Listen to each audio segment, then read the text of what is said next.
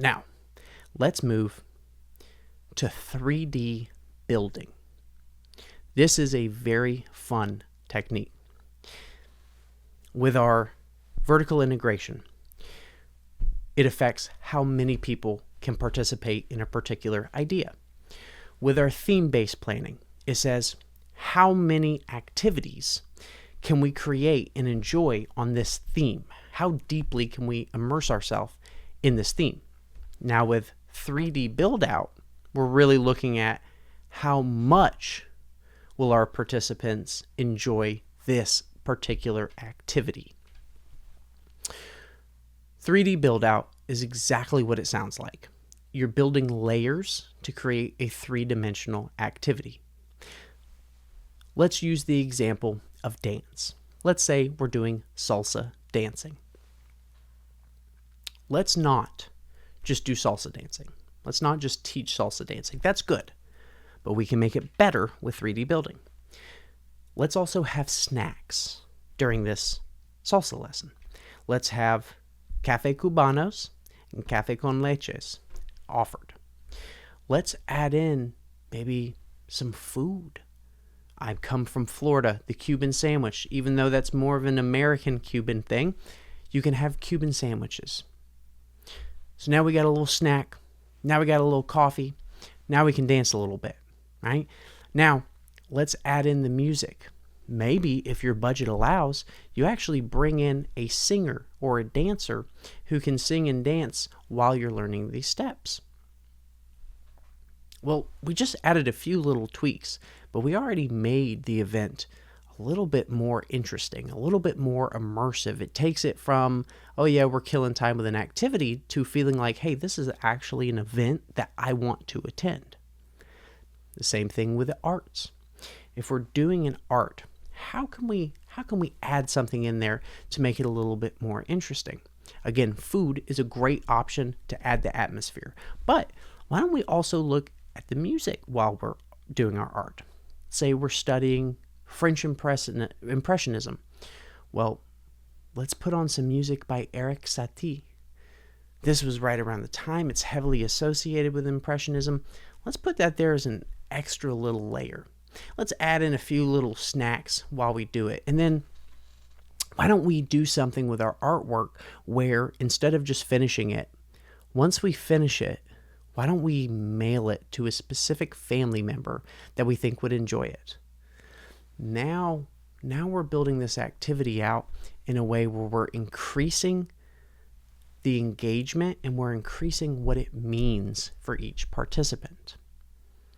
This is also where you can think of our 5 pillars. You have the physical movement, you have the cognitive stimulation, you have the creative expression, you have socialization, and you have the religion, the spiritual aspect. When you're doing 3D build-out, it's helpful to just think of those 5 categories and say, can I add something physical to this? Can I add something cognitive to this? Can I add something creative? Can I add something social? Is there a spiritual aspect to this? That's an easy way to just kind of checklist. Is there anything else I can add?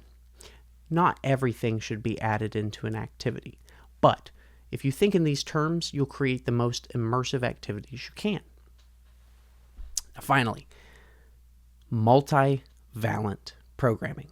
So, if our vertical integration said how many people can participate, if our theme-based said how many different activities can we create from this idea, how immersive can we make it? If our 3D build-out said how engaging, how much enjoyment can we get from each activity?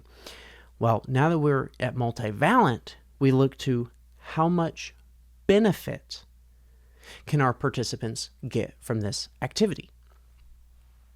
Now, what I mean by benefit is not just layers of engagement, but actual benefit from a health and wellness standpoint. We don't perform any therapy.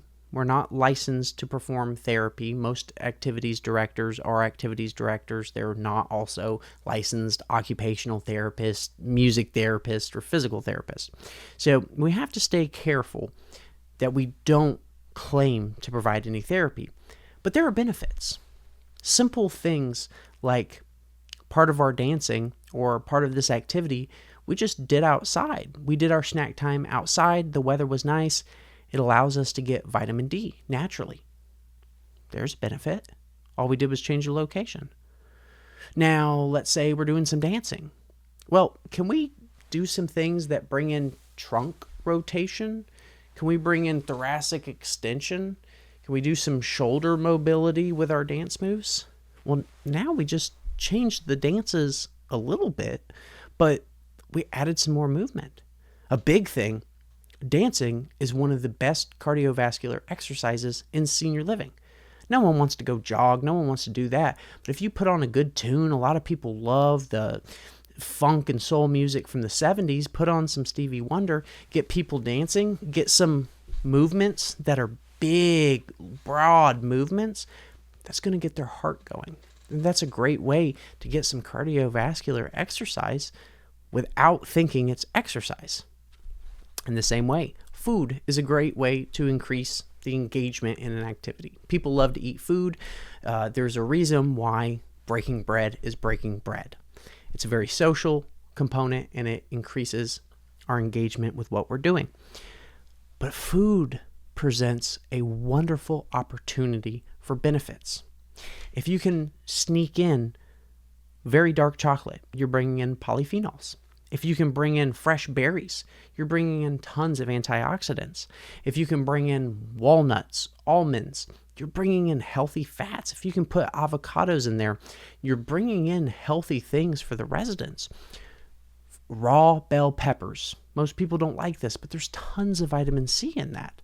If you can put great water, not flavored with a bunch of sugar, but good water that's flavored, you can bring in hydration without increasing sugar intake. You can put that little hydration packets inside of the water to get even more hydration. These are small little tweaks that you can do, but it provides more benefit to the participants. And this is where we start thinking of things like art and hand drumming, drawing, coloring, molding clay, and it's forcing them to work in hand-eye coordination. If they're dancing, they're having to look at their cognitive processing as well as their auditory processing along with motor movements. It's causing the brain to work in these interesting ways. And research really doesn't show that Sudoku puzzles or crossword puzzles are very effective at brain health. But learning to do something, moving your body, thinking while you're processing from visual or auditory cues, that's actually where we see the most benefit. That's where we really see the healthy lifestyle. In fact, there's some research out that talks about the benefits of singing for those with COPD. So when you think in terms of these multivalent, you might expand the activities beyond what you were thinking just on the 3D build-out. And there's some overlap that occurs between your ideas you'll have with 3D build and the ideas you'll have with the multivalent benefits.